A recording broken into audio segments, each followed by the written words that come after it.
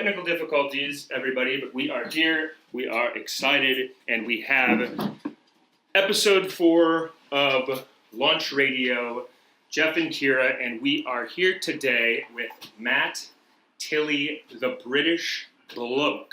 Yes. Not Australian, British. It's British. Yes. It is British. By the way, I'm so sorry that I'm taller than everyone else. Okay. We usually feel. Yeah, not that I'm like towering over the guys. It's just ran out of chairs, so I'm on this enormously tall stool. But we're very excited. You're the boss. Yeah. We get it. But we're very excited to have Matt, and I'll have Jeff kind of go through his, intro. A little bit of intro on Matt Tilley, the British Bloke. First of all, let me tell you a little bit about it. British Bloke is powered by the First Team Real Estate. It is the #1 in Southern California, 16 years in a row. A little bit more about Matt. In 2008, he made the move from London to Southern California and jumped into the world of marketing. After several years working with some of the largest companies in the U.S. and being accepted into Harvard's executive business program, Matt decided to turn his talents to his true passion, real estate. It all started in 2014 when he purchased his first rental property, and since then, his love for real estate has flourished. Sure has. Now, I had to get Matt on here because first of all, he's a close friend of mine, and we met several years back at Sundance. Actually, through some friends, and he started the British Bloke, went to real estate, got with his company First Team Real Estate, and he's really starting to take off now with his brand. And you want to tell us a little bit about how you got into real estate? Sure. And what brought it on? Yeah, sure. So, it's been a bit of a crazy year, to be honest. I bought a house last year in Long Beach, moved to Long Beach in October, planning for a wedding in April this year. And I was working in marketing, a job I'd had for 9 years. Everything was going pretty well. Got offered another job. So I was like, you know what, I'm going to take this other job. I was kind of getting stuck in the same job, and I wanted a new change of direction and try something new. So quit my other job. I was about to start my new job, and their company sold, and all of a sudden I was unemployed, had no job. Just bought a house, about to get married, and I was like, what's going on? So I started interviewing for other jobs, similar position, marketing in like the food and beverage space. And I don't know, every interview I went to was kind of, I didn't like it, didn't like the vibe, was having to go for jobs that I thought were a little bit less than what I'd already had. So I started to look, we always wanted to work for ourselves. The dream is to work for yourself, have your own company. Yeah. I hear the word entrepreneur all the time, and I've always wanted to do that. So I started to look for jobs where I could create my own business, but not have to pump in 20, 30, 40 grand to start this company. And I stumbled on real estate, and I've always loved real estate, and I have friends who do it, but I never really considered it myself. So I started to do more research. The barrier to entry is pretty low, which is why there's so many terrible real estate agents out there, which is why we have a really bad reputation, because pretty much anyone can get in. But what I love about real estate is I'm not joining. You have to have a broker for insurance reasons, but I'm not joining a team, anything like that. I'm literally doing it on my own. Wow. And the ceiling, there's just no ceiling. I love the idea of whatever you put into it. What you put into it is what you get out of it. Yeah. You don't have a boss. It's so weird waking up every day and not having emails. So that's a scary thing. I used to wake up in the morning and I'd have work to do. Now I don't, right? It's pretty scary. But on the other hand, it's liberating, and I just, the more you put into it, the more you're going to get out of it. You make your own work. You generate everything yourself. You really do. Yeah. And that's the new era, really, in everything, right? Is real estate going that way? Like, people have their own. Are they doing how you're doing with putting on social media and kind of talking about housing on there? Is that the new thing? Or? Yeah, we're being told now when we go to our team meetings that social media now, if you're not on social media, you're going to be dead in 10 years. In real estate? In real estate, maybe in 5 years. So all the older agents who aren't used to... So we have agents who aren't even on Facebook or YouTube, and they're being told that you have to get on it. And they're okay. They've been doing it 20 years, so they're getting referrals and things like that. But for new agents now coming in, you've got all the millennials. Everyone's searching these days. Everything's online. Yeah. People aren't going into a brick and mortar real estate company and saying, hey, I want you to help me find a house. Right. You're on Zillow, you're on Redfin, so you need to have a presence. So that's why I'm doing YouTube, Facebook. And it's just it's any job these days. Yeah. So when you decided to build your brand, what was was it an extension of yourself, or did you see where the market was going? You're like, you know what, there's a niche that I could get into. You know? Yeah, well, I have to use. You have to use what you have, right? Yeah. Really, the best brand. You know, when you're building a brand, it has to encompass who you are.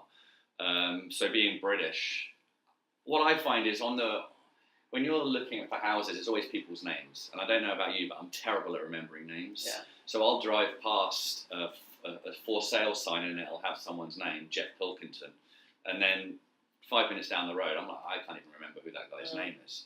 So I started to think, how can I be more memorable? And people used to always call me, oh, you're the British bloke at school. They couldn't remember my name, but he's the British guy. The British guy. Oh, what's his name? I don't know, but he's the British guy. So I started thinking, you know what? People will remember the British guy. So I go online to buy the British guy, but the URL's gone. It's not, it doesn't exist, right? Or it's like $5,000 or something, right? Yeah. So I'm like, okay, so what's an English word for guy? Bloke. A lot of people don't know what the word bloke means. Bloke is an English word for guy. Like in America, you're a guy. In England, you're a bloke. So I just used British bloke, and I started using it, and people started liking it. It's great. So I was like, okay. Yeah, it rolls off the tongue. And it's Yeah, easy, so then catchy, I called First Team, because you have to have your name on your board, right? Yeah. So I'm like, can I use British bloke? It's not my name. And they're like, yeah, we'll just put your name in really small print at the bottom. But we'll have British bloke. So I've just gone with it, really. Wow. Well, So- from a branding perspective, British bloke is 1,000 times better than British guy. British guy. Even though people Yeah. will know what British guy means, like often people say, what's a bloke? It Really? stands Yeah. out more. Bloke stands out. Sometimes people don't know. Yeah, so I think everything, yeah, I just went with it, branding, because like I said, I work for myself now, what's my company, Mm. so hopefully if people type in the British bloke, they'll find me on YouTube and all that good stuff, so. Now, do you That's have how a it started. team that helps in terms of like keeping up with the social media? Because it's like you have to take hours out of the day just to make sure that you're on top of the game. It's good to have an account, however. Yeah, you know? I have my First Team social media that they take care of, but for me specifically, I'm trying not to because it's really easy to get. When I was starting this business, I obviously to start a business you need motivation. Right. Motivation is key, but everyone has motivation. Motivation is an emotion. Motivation is not actually going to get you anywhere. It can start like the process. So I was like, okay, I'm motivated to start a company. It didn't have to be real estate. I didn't say I want to go and be a real estate agent. That's my dream. I wanted to start a company where I can make a lot of money and work for myself, and that happened. And real estate happens to be that, right? That's interesting. So that was my motivation, and Yeah. that's how I got into real estate. So then I said to myself, all right, well, motivation's not going to get me anywhere. There's a million motivated people in Hollywood, right? Yeah. And they're all starving. So I was like, okay, well, what the hell am I have? So I started reading books, and I started to read, the first thing you need to invest in as an entrepreneur is yourself. People get these fancy websites, and they get this, and they're like, look at my cool whatever. That's all great, but it's not going to get you anywhere. So it's like, invest in yourself. So I joined a mentorship program. And then through that, I realized that you need discipline. Because discipline is the action from motivation that keeps you going. For example, we've got New Year's resolutions coming up, right? Everyone's going to be motivated. They're going to lose weight. I'm going to join the gym. I'm going to quit smoking. And they're going to start. And guess what? Come March, 95% of people have quit their New Year's resolution because they don't have the discipline. Then there's no accountability. Right, You know what I mean? Like, no yeah. one's holding you accountable and saying, hey, Right, exactly. it's the end of January. That's- you haven't lost your 5 pounds. Right, exactly. That's why I set myself commitments and not goals. Uh, Because it's really easy to break a goal, right? Because it doesn't seem as important. Like, okay, say someone wants to lose 15 pounds, right? And they'll lose 10 pounds. And they'll be like, oh, that's pretty good. I almost hit my goal. 10 pounds is good. Yeah. Mhm. But if you make a commitment to yourself, it's more personal. And I feel as though if you can't hold yourself accountable, you're screwed, right? We can hold other people accountable all the Sure. time. Oh, they should have done this. But if you can't hold yourself accountable, so I make commitments. Like I door knock. Try and door knock 100 doors a day, right? Just knock on the door. Hello, I'm in your local area. Yeah. Sometimes I hit 70 doors. And I'm like, well, 70 is a good number. It's taking me 2.5 hours. I'm just going to take the rest of the day off. Yeah. And then I punish myself. I'm like, okay, for having that thought in your head, you're now going to have to do 110 doors. And then I keep going. So I find making a commitment That's interesting. Yeah. I also think that there's something to that. You're definitely right as far as people are now starting to talk about what's called systems thinking versus goals thinking. Yeah. Goals thinking is like you have a goal, like you said, like whatever, someone wants to lose weight. That's a goal. They get there and then it's like, then what?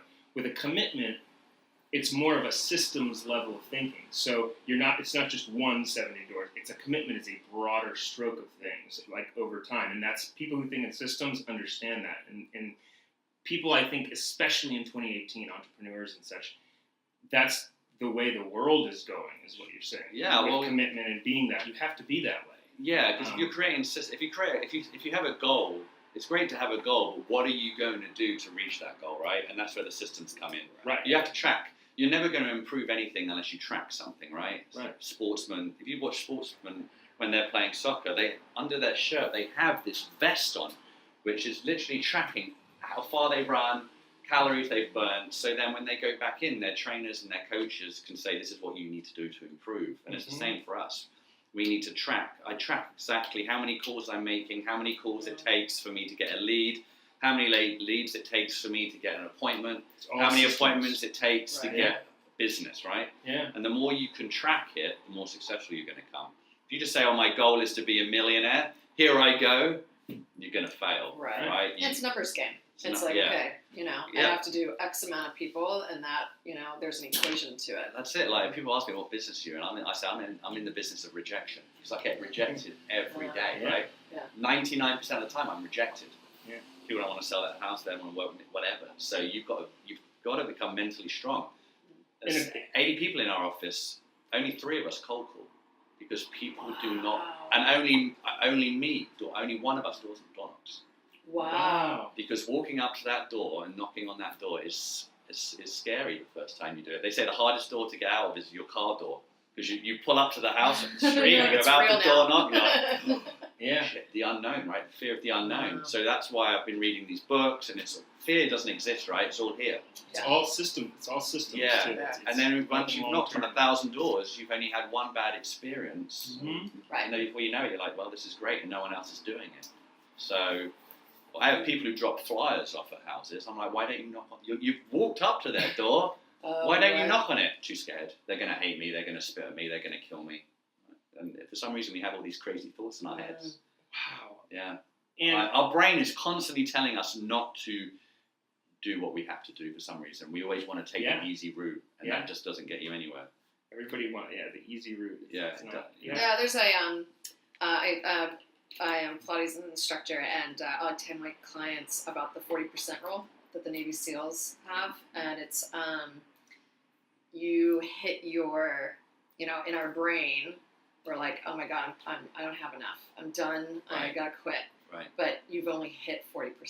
Your brain tells you that you're done, which you actually can go a little bit more into the red zone. And that's how the Navy SEAls are able to sit in, like sub-zero freeze. temperature, because they can. It's all a mind game. I believe it. I believe it. Our minds are so weak.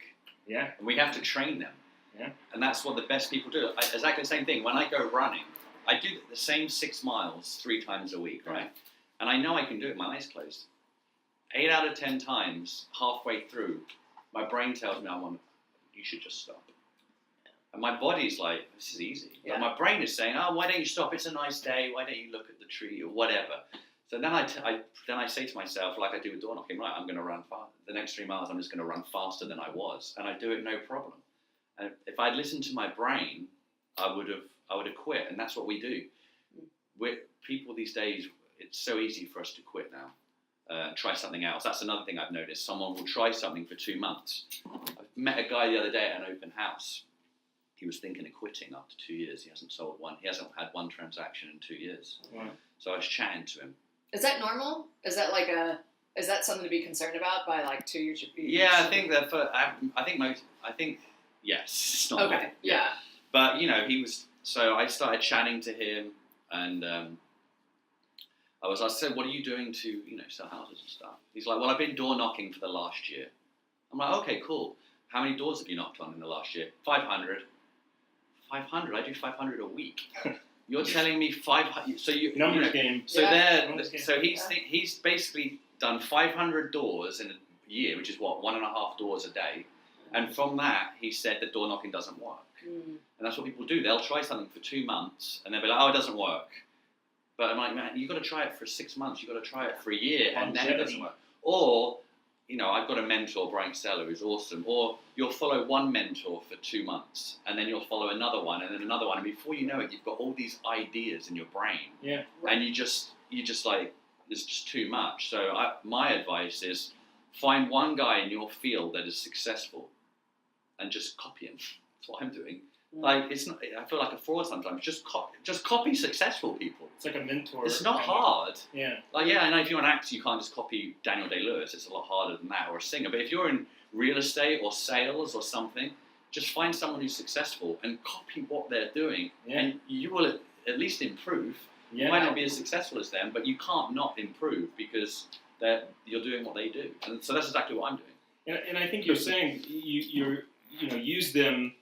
use their framework of how they're doing it, because they've made it work, and then make that work for yourself. Right. Make that energy work. Right. They've spent 5 years working out what works, what doesn't work, and now they're telling you what works. So do it. Wow. And so, as far as the actual real estate market in LA, how do you find? Is it a hot market? What are the places? Where are the places to buy? Are people buying a lot of homes right now? How is the market overall? Yeah, the market has obviously been great for like the last 5 years. House prices have been increasing by 7-8% every year, depending on where you live. Los Feliz, 10%. So it's been a seller's market for a long time. Now it's more neutral. You can get good deals. It's still great if you're a seller, but it's better now if you're a buyer. You can negotiate. Especially January, February, less people are buying because it's January, February, so there's less multiple offers, so there's more room to negotiate. But Southern California is always such a strong market. In 2008, places like Vegas, Texas, Florida got hit hard. House prices literally slashed in half. And California got hit, but it kind of always bounces back. So, like I tell people, it's never, ever a bad time to buy a house. If you can buy a house, put as much money away as you can, because if you can buy a house in 30 years' time, it's going to pay off in spades. You're going to have equity, you're going to have security. I'm always for. And people always think, oh, well, we need 20% down. The house I want is $800,000. Who has $150,000 to put down on a house? And that's not true. You can put down as little as 3.5% on a house. And then you've got the FHA loan. Well, exactly, and that's for everyone. It's not just first-time buyers. Right. So, yes, your interest rates are a little bit higher the less you put down. Yeah. But if you have $30,000, you can maybe. A lot of first-time buyers have parental help, because who the hell has $100,000 just sitting in their bank? Right. So it's not as hard as if you're paying more than $2,000 a month on rent, you should look into buying a house, because it's definitely possible. Put the money in your pocket, build equity instead of putting it into some landlord's pocket. Right. So, And do you, as far as the housing market overall, as far as the future of it, do you see people continuing an upward trend of buying homes? Where do you think things are going with the future of it? Well, that's it. Everyone's always like, 5, 6, 7 years ago, the real estate agents are no longer going to exist. It's all going to be, companies selling houses online and this and that. I think there's certain jobs where you're always going to want a human being, I think. Real estate is one of them. It's your biggest asset. You want to be able to call, if you have a question, you want to be able to call a human being, I think, and you want to have them sitting next to you, explaining what's going on, negotiating. I always think there's going to be real estate agents. In restaurants, waiters are going to become robots, probably, right? We're going to have robots coming because they're just ordering food. But I think in your biggest, maybe surgery, there's going to be robots doing it, but I still think there's going to be people there overseeing it. Well, hopefully. Hopefully. I just don't, robots are going to become taxi drivers, robots are going to probably fly aeroplanes, but I still think there's going to, are we going to get on an aeroplane if it's just a robot flying it? I don't know. Oh my God. So, I always think there'll be a business for real estate agents, especially, people are always going to be buying houses. Yeah. Real estate is the fastest way to make money into buying houses because it's going to appreciate. If you put your money in, I read something the other day. The money in your bank will take 833 years to double.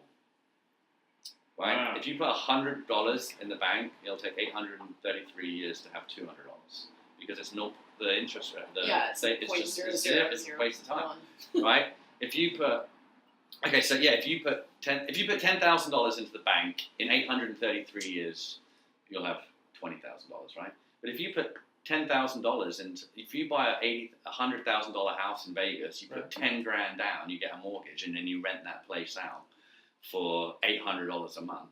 You're making 10 grand a year in rental income, and then that $100,000 house is every year is rising anywhere between 5 and 10%. So in 10 years, before you know it, you've made so much more money. That's why a lot of people want to save their money for a rainy day or for retirement. You should put your money to work because people who put their money to work get rich. And real estate's the best. Yeah, don't just have $300,000 sitting in your savings account. You're literally wasting it. Smart. Put it to work.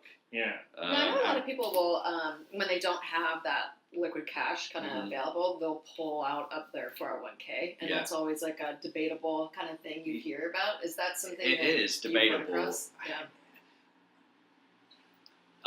If you listen to Grant Cardone, people like that, he'll say, take that fucking money out of your 401k and invest it into real estate.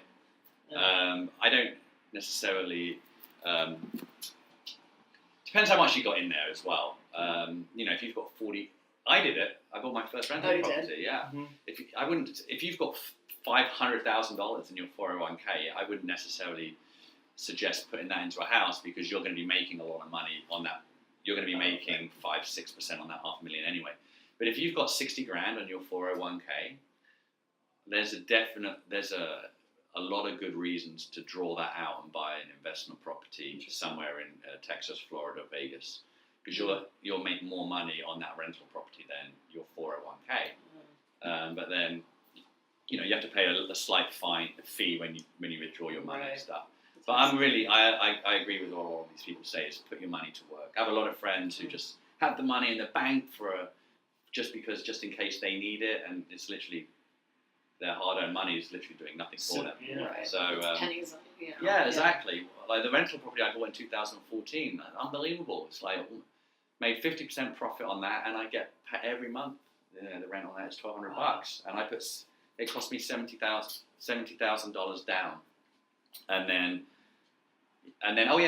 with that property, with that $70,000, which was basically my 401k, I then, so that was 5 years ago, I refinanced the Vegas house, which is then how I bought my house here in Vegas, in LA. So you take that pot and then so from that $70,000, buys me a house in Vegas that I draw rent on, right, goes up 10% every year, because Vegas property is hot right now. And then because of that, I created equity in the house. And then that equity, 80 grand, I took out of the Vegas house and bought a house in Long Beach. So that 70 grand has me over $1 million that 70 grand has been more than $1 million in real estate now. Not enough people are doing this. No, they need to do it. They don't realize $70,000 has created more than $1 million in real estate for me. And that was from my 401k. But see, right, and I feel like social media, our new world with social media, is helping. It can help you broadcast things that people need to know about real estate. We used to not be able to do that. No, people are scared. I have a friend, and he was scared to buy a house. He said, Matt, I've got all this money sitting, he had $200,000 sitting in his bank. Yeah.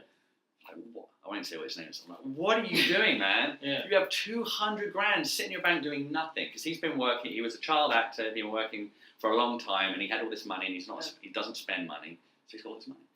I'm like, why are you buying a house? He's like, I'm scared. Too scared to buy a house. What if the market goes down? At least if I have the money in my bank, I know it's safe. If I put it into a house, maybe I'll lose it. I'm like, man, you've got to go buy a house. 6 months later, he now has 3 houses. Really? Yeah. He got so excited by doing it, he started realizing, so that $200,000, he put down 3 deposits on 3 different houses, and now he's got 3 houses, and he loves it. So a lot of it is like we were talking about earlier, fear. Our brains, fear is a huge fear thing. stops us from doing so many things. Stops us from meeting people, dating, work, getting new jobs. Fear of quitting a job.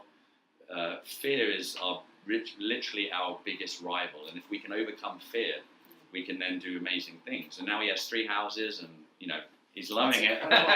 He doesn't have any money in the bank, but he doesn't care because he has all this real estate. And I'm telling you that nothing is like real estate in terms of building wealth.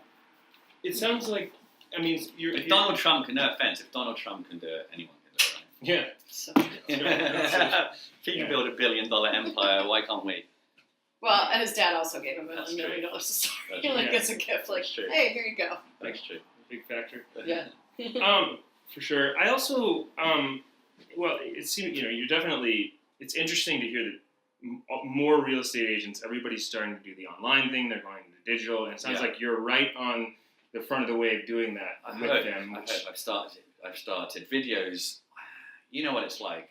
I'm really like, if I'm going through Facebook, even if there's a 3-sentence blurb, I'm not reading 3 sentences. I'm so lazy. It has to be one catchy sentence, to get me. But for a video, I will press play on a video, and before I know it, I'm 3 or 4 minutes into that video watching it because it's more compelling. We're all visual now. It's all visual, more compelling. Right. So the way I see everything going now is video.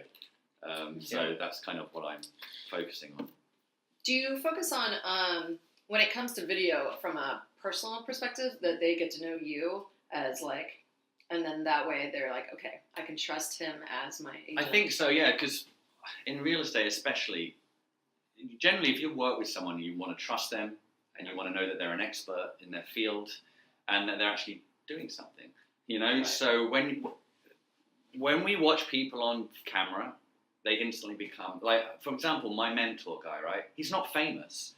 He's not, LeBron James, but I've watched hundreds and hundreds and hundreds of hours of him on video. He went to do a talk, and I went and see him. And when he walked into the room, for me, it was like the Messiah walking in. I was like, oh my God, it's Brian Casella. No one knows who the guy is. He's not famous, but because I've been watching him so much, listening to him, and he's an expert, I was drawn to him, right? So when I'm doing videos, I want people to think, okay, Matt, first of all, he knows what he's talking about. Secondly, he seems approachable. Seems like I can talk to him. And thirdly, he's out there and he's doing stuff. So yeah, I think if you're in a business as an entrepreneur or your own business, you have to do videos because it's going to draw people. People are commenting on my YouTube thing. It's hilarious. Yeah. Thank you so much. Really appreciate that. And it's like, wow, like it's one comment, but it's like, oh my word, there's some random. So that's why I'm doing videos, because I honestly think if people are watching my videos, if they don't know they might never see who I am, but if they watch me on camera, when they see you, they instantly think that they instantly want to work with you more. Yeah. And also when I have to pre-approve people, and I send them pre-listing information before they see me to kind of show them what I have to offer. If I can get them to watch videos before I've even met them, when I walk into the room to see them, they're instantly going to feel as though they know me. So it's all about building rapport, right? Yeah. So they're going to instantly feel as though they know me because they've been watching my videos, and they're going to know more about me, and they're going to ask less questions, and hopefully I'll get them to sign the contract. So we do that when our guests walk in. They're the Messiah, and we're like, yeah. It's it's the same thing. We feel like we know that she hadn't met you. Right. That, Louis, who we had last week, I hadn't met, but I'd seen the stuff with Pilkington. So this is universal. Exactly. It's for everything. That's why video. Yes, write blogs. If you like, a lot of people don't like going on camera. That's the problem we have at our office. Yeah. A lot of people, they hate it. She's like, I hate my voice, the sound of my voice, the way I look. I pause. They're like, they just cannot do it. So yeah, if you can't do that, write blogs. I know Jeff has a great blog. Blogs work. Yeah. But a lot of people don't like reading more Right, than 2 it's minutes. yeah. So videos for me The is attention span, I think, of humans went Event. down. I think it used to be 7 seconds. it's and now gone we're down. less- yeah. I believe it. Goldfish is at 6 seconds, and we're at 5, I think, now. So we're actually less than a We're more goldfish. inept than a goldfish. So post fast. That's why Twitter's such a success because Right. it's these Yeah. quick, like just shots of dopamine. Yeah, how many Yeah. characters is it? Like 140 or It's something? Yeah, It's 150, I think. And even that's a little long Yeah. now. I know, right? I need it. And it's like the Instagram stories, isn't that expanded now? So you can actually do longer. Before Yeah. it was a minute. Right. A minute for me is plenty. Yeah. Well, 15 seconds, but you can Well, expand. yeah, it. Yeah. like Yeah. so. Outside of making and having goals and aspiring to hit a Mm. certain monetary wealth Yeah. within, personally and for your company. Yeah. Um, Personally, I don't care about that. I love my Yeah. company, but you're like, yeah. what else kind of inspires you to continue within real estate? Because anyone can go into any field and be like, Yeah. I'm just gonna Yeah. make money and be the millionaire and So what inspires? Well, first, what I love, like I said, I love real estate. There literally is no ceiling. You can. So that's one reason why I love it. Secondly, I love houses. Like I used to just go in to do open houses, especially in Los Feliz, where there's all these cool houses. I used to just go into open houses for fun, right? So then I started thinking, well, if I'm doing this for fun, everyone always says, if you can find a job that you love, it's not a job, right? Isn't that the quote? Something like that. Yeah. I didn't want to be waking up every day going, oh, I'm going to work now. Right. And so I really do enjoy it. I enjoy the social media. I enjoy the hunt, like the competition. It's competitive. There's another guy at my office, which is great. He does the same thing as me. So there's a little bit of competition there. Yeah. There's the adrenaline you get when you're about to meet with someone. So I would if someone's looking for a new career, like I said, the barrier to entry to get into real estate, all you have to do is pass an exam. But then less than 50% of people pass it the first time round. Oh wow, really? Yeah, it's pretty difficult. But I would hope so. You know what I mean? Yeah. Like you would hope Yeah. that and Southern California is such a great market for real estate. I don't know if I could be a real estate agent in Las Vegas, where houses are 150 grand. Call me greedy. And you're based in Long Beach, right? Based in Long Beach and around the surrounding areas. But then I don't know Los Feliz and Silver Lake. I just did a transaction in Eagle Rock. Oh yeah. Just because I know the area. It's a bit of a trek up here, but That's gotten really big, that area. Oh, there. yeah. And Los Angeles is always one of those do you enter the investment market in Los Angeles? And the minute like Highland Park, how much Right. that blew Oh, up, man, and if crazy. you weren't in before, you're already behind. yeah. So what do you think is the next spot in LA? I know Frogtown is kind of like Boyle Heights. okay, yeah. Montecito Heights, the ones just south of, obviously Right, Inglewood. Inglewood Where the Rams. Where the Rams Ing- are moving. Already seen Inglewood Right. going crazy Right. within the last 3 years. They're building the #1 stadium in America. So house prices, $300,000 house in Inglewood 5 years ago is now $500,000, and I think it's going to go. I think it's going to go even crazier. And rent is going through because they're bringing in shops and restaurants and bars. Building It's a whole city. gentrifying. Yeah, So basically, yeah, I think if you're looking for a deal, if you're willing to live in an area that isn't quite up to speed yet, but in 5 years' time it will be. Yeah, I'd go Boyle Heights, Montecito Heights, Inglewood. It's hard now. The fact that Los Feliz, look at Venice. I used to love watching Cops growing up on TV. Bad boy, that one. And it was always Venice. Yeah. They were always in Venice. Venice is now, for square footage, the most expensive Oh, it's place outrageous. in California. Yeah. More expensive than Beverly Hills, more expensive than Los Feliz. Yeah. And, it's taken 15 years to go from one of the crappiest places in LA to the pinnacle, right? And that's what's going to happen with Los Feliz. That's what's going to happen with Highland Park. And I think, The wave of it kind of places go down, Yeah. go down, and then they come up back, and then it's so you fascinating. can still if you can still find deals out there. They're less and less, but you can definitely still find deals. And Long Beach, I moved down to Long Beach, like in that area. It's just way more affordable. Right. A final question just that I had that I wonder if anybody in real estate ever talks about this, but I find it interesting just overall the housing suburbia and how it's set up and how things work with houses. we're a little bit behind as far as how we think about the layouts of houses. I'm just curious, and you might not know the answer to this, but with iPhones and just everything we can do with tech and with apps and with all of that, we've kind of got it with apps. They're developing, I don't know, there's apps that connect to your alarm system, and there's apps that connect to various things. But in the future, we could have suburbia with houses, and there could be like a mutual kitchen somewhere, and something like you have an app, and you click in what food you want, and it comes from that kitchen to your door. Well, isn't that kind of, I don't know, that's... Sounds like Wall-E. Kind of.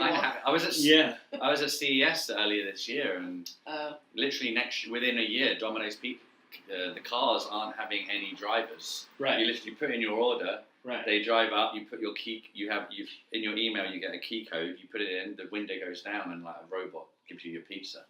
So I don't know. In terms of like what you're saying, all that's going to go with kitchens. interesting. Yeah. I don't know. You're thinking a little bit too ahead of where I can even get my brain. Yeah. But maybe it's the flying cars and adjustments. That's right. That's right. Like I want my. Well, they have those refrigerators now. All the high end LG refrigerators. Yeah. You can. It has a camera inside, and there's an app that you download, like an LG appliance, and it'll tell you what what you need to buy. Oh, really? A reminder and stuff. I need that. And just cameras too. You said cameras. Where people will have cameras set up where crime will go down because you'll have... In where I live, 8 out of 10 doors I knock on have the Ring. Right, yeah. The one that was on the biggest blunder of Shark Tank ever, the one they didn't invest in. Yeah. And now he's that's right. billionaire through it. Yeah, Ring. I forgot about that. Yeah. But there's a lot of stuff now. Like, they're just everything's visual. It's going. Housing's improving a lot in terms of security. It'll be interesting to see how that evolves. I guess over time, what happens with housing and how that changes. But as long as it raises the prices of houses, that's great for me. As long as people are always going to be buying and selling houses, right? Yeah. So in terms of we're always scared now of jobs that are going to disappear when technology improves. Should I be looking to get a job here because this job might no longer exist in 10 years because it's going to be robots, right? Everyone's like, you should go into tech because there's always going to be tech. I think there's always going to be real estate agents. Yeah. Things like purple bricks are coming in where it's more, less personal. There's always going to be people trying to dethrone us, but I always think it's going to be a job people are always going to be buying and selling houses, and people are always going to want the personal touch of someone, a human job. Yeah. So I'm. That and tattoo artists, I guess, right? Tattoo artists. I don't know. Who knows? You want a robot to do your tattoo? Maybe. They'll just less error. So I don't know. I don't have any tattoos. I've always wanted tattoos. I look at your tattoo and I love it. I just feel as though I'm 40 next year. I feel like you get to a certain age and people are going to think I'm having a midlife crisis. That's when you have the Porsche and because I've always wanted a tattoo. There's some work every day. It's like consistency for me is the most important word for an entrepreneur, right? When you're starting a business, anyone can be excited for 3 months and doing it, but then you start to slow down a little bit. So I think to be successful, consistency is the main word. So I was like, maybe I'll get these cool words on my, I don't know, but then I'd look stupid, and so. But you know what? It becomes so cliche, but the brand of the British Bloke, it stands out. You've got videos you're posting. Yeah. You're in it. Clearly, people are drawn to you naturally, and we'll be curious to see where everything goes. Yeah, I walk down my street. I walk down my street sometimes, and people will down their window and go, British Bloke! Really? I'm like, cool. Like you're walking around. I do have a name, but that's okay. Yeah, they don't know, and they have no idea what my name is. Yeah. But that's fine. But as long as they know the brand name. Yeah, as long as they know the British Bloke, they don't need to know my name. Front of the wave. I posted a video the other day saying I'm English, not Australian. Yeah. Well, I just posted it. I walked into the office 2 days later. Everyone's like, hello, Australian guy. Hello, Irish guy. Irish guy. Yeah. And it's just because they've been, and they're like, we watched the entire, we know exactly what you're saying, but we watched the entire video, because if you can draw them in, so yeah, I think I'm enjoying doing it anyway. Your video about doors was also clever. About the front door says everything about, like, so much about the house. It right? does. Like, you know, when you're walking into a house that you're going to potentially buy, if you can walk in it with a smile, you're already excited. If you walk into a house that's got bars and chains on the doors, and you're like, oh shit, where am I going? You're instantly, you know, it's all emotional buying a house. So I like bright colours: greens, yellows, reds, blues. Yeah, for sure. Red door's my favorite. Yeah, I got a red door. Yeah. Makes a nice. I feel like it's like a nice, bold, like, eye-catching. Yeah, you're like, hell, I want to walk up to that door. Yeah. And like a lot of the doors, a lot of people I speak to, they're like, well, when you door knock, do you knock on the no soliciting doors? Because everyone has no soliciting. Oh, right. And guess what? I knock on those doors. You know what? My best conversations, and the house I just listed last week had no soliciting right by the door. And guess what? I knocked on that door, and you go right for them. Yeah. And if they say, oh, no solicitors, I just say, I'm not selling anything, and if I'm going to sell anything, I'm going to sell your house, and you'll be happy, right? And they're like, oh, okay, yeah. So I've never had my mentor's had a gun pulled on him a few times. No way. Yeah. He door knocks in Whittier and places like West Covina. He said he's had a gun pulled on him 3 times. Cops called on him. Cops called on him several times. I've had none of that yet. You just come to the door with a shotgun? I don't know, they open the door and they must just have it closed, and he doesn't leave. It's dark. He said it always happened like in November, where it's dark at 5:30. Oh. Yeah. So I'm hoping that. Who the hell are you? I'm hoping that doesn't happen. Well, especially in this day and age where we're so silent and we stay inside our homes, Right, we don't talk to our neighbors, and we're very like in our own 4 walls. If someone knocks on your door, you're like, oh my god, who is that? It's hilarious. I see them looking out the door. I'm like, hi, and they'll just stare at me. They're like, if I don't move, you won't see me. Right, and I'm like, I can see you. I'm like, we're social beings. We're allowed to talk to one another, you know? Yeah, so kids are actually the worst. To speak, they open the door and they'll be like, oh, what are you doing? Like who's this guy? Yeah, like when the door opens and it's like a 10 to 15-year-old, that's when I'm like, oh, I'm gonna get shit now. They're like, no, who are you? No, we're not. You know, they're my. I think you're like trick or treating. Yeah, they're my biggest problem. The British people are gonna be the British bloke for Halloween one day. Like that'd be cool. Like it's gonna whatever that'll entail. I mean, well, if 13-year-olds are your biggest problems, I have to say you must be like doing quite well. Yeah, so, doing all right. So So no, so it's good. I actually have a friend now. You know, Autumn. Yeah. He's gonna give it a whirl. Up in Oregon. He's gonna do it. Yeah, he's gonna go for the life. I was talking to him about it, and he was the same as me. You know, no job. All of a sudden, what am I going to do? So I really recommend anyone who's wanting to build a business and work for themselves. It's a real great way to get in. Yeah. Like, don't look at it as you're a real estate agent. Look at it as your business, but you have your own business. Right. Real estate is what you're selling. That's just part of what you're selling. But in terms of a business and just what you put into it, is just limitless, really. So it gives you a frame to build your business exactly around. Yeah, you have guidelines, and you get a mentor. You know, I went and interviewed at lots of different potential companies. First Team for me by far they take more commission. A lot of people don't go with First Team because they take more commission in the first year. They take 50% in the first year of what you earn. Others take 30% up to 25 grand limit, right? But First Team is the best marketing, best education. For me, it's the best company, which is why I went with them. And I felt like they were interviewing me to see if I was good for them, whilst every other company was like, just come on in.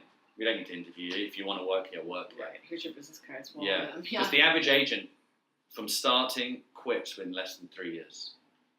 Wow. Yeah, because it's a hard business to get rolling, and that's why you need that dedication. Like any business, but you need that dedication, you need that commitment and the discipline. Yeah, and the consistency and the commitment and all that. Yeah, pushing it to the red zone. Yeah, like I feel uncomfortable, but I'm gonna push it even more to get beyond you really have to. Like Grant Cardone always says, 10x it, right? Take massive action, you get massive results. Yeah. So, well, thanks for coming on here today. And if people, it's Matt Tilley, First Team Real Estate. the British Bloke. If people want to get in touch with you, you're on Instagram and Facebook. Or they can email me, matt@thebritishbloke.com. Easy. Yes.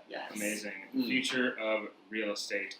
Matt Tilley, the British Bloke. Yeah. Love it. Thank you so much, Matt. Thank you, guys. Thank you. It's nice to come up to Los Feliz again. I used to live up here, so it's nice to come up to my old hood and enjoy it. All right. So, Jeff, what's on the next agenda for launch? Well, next week, we're going to take a couple weeks off here for the holidays, but we will be returning in early January, and our next guest is going to be the amazing Taryn Southern, who is an incredible person that I've known for a long time. She has a video out, I Am AI, where you've got to see this video. I'll preview it in the next couple of weeks. Everything she's doing is involved in artificial intelligence and virtual reality and the tech world, and she's a genius in that whole realm. And Kira and I are going to be just chatting it up with her. So excited. That's going to be, it's going to be a very long, we're going to be like dumping all kinds of questions So on what her. you're saying is it sounds a lot more exciting than this podcast. No, I actually... Technology, AI, virtual reality. Well, I'm talking obviously about that's why he houses. was asking those questions of like, when can I get the food just delivered into my mouth Yeah. in my house? Sorry, Nothing beats the British Bloke. that's a question you need to ask her. I'm sorry I couldn't answer that question. No. I'm sure I mean- she'll be very good at answering those ones. She might. We'll see how that goes. It'll be interesting, but yes, that is our next podcast. So Yeah, have a happy and safe holiday. happy Hanukkah, Merry Christmas, Happy Love Christmas it. if you're English. Yes. Happy Christmas. Happy Christmas. Yes, that's right. Happy Christmas. With that, we're signing off. Launch Radio, Jeff and Kira. We will see you guys in a couple weeks. Bye, guys. Bye.